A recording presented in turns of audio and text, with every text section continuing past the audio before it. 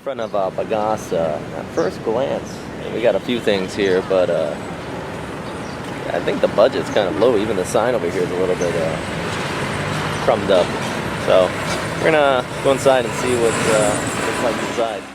Now, one key thing I learned from PAGASA as I headed inside was the fact that there is not a lack of motivation, something I think most people in the Philippines are worried about, but there's a lack of strong voices and also a lack of the budget, which is obviously known.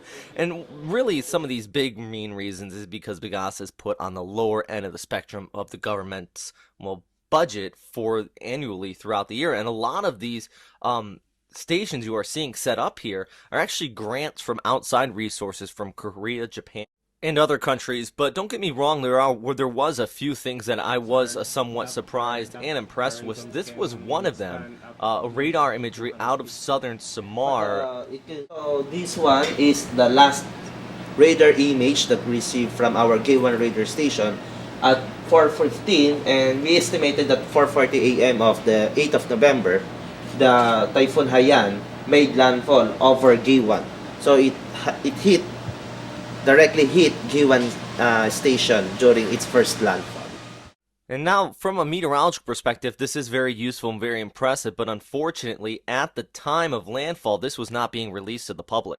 Which I understand not everyone can analyze this radar, but for those who can, it really does show the true magnitude and the seriousness of this storm.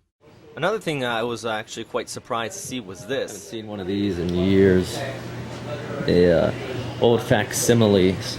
Now these facsimiles, what they do is this whole chart gets printed out on this, from this printer here, out on these large maps, and then it doesn't come analyzed at all. You have to go through each and every single one of these plots, and based on that, do the streamline analysis. So, some old school forecasts. So this was one of the big questions we actually had: is PAGASA have a supercomputer or not? Apparently, not a supercomputer, but a cluster.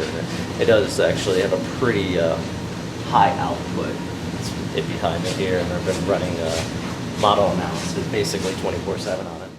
Now, if you do follow Westpac weather quite often, you do realize that we really do not agree with the PAR, the Philippine Area of Responsibility. And when asked, actually, with our tour guide here about the Philippine Area of Responsibility, one of the answers was not to confuse with the other agencies or compete with them. But they did say before it enters the 135, that obviously is coming in, they're going to put out this information to the government officials on the ground near where the storm is going to be impacting. So that leads to the next question. Is the big problem not so much PAGASA putting out that information or not, but the lack of knowledge with the government officials? Do they realize what the seriousness of a storm surge is, and why was it before Haiyan made landfall? And we even saw this from James Reynolds right before the day the storm made landfall. Is that what people were out and about and actually somewhat relaxed about the storm before it made landfall in Tacloban? So my thoughts is maybe stronger wording, much like what the NHC now uses after 2005.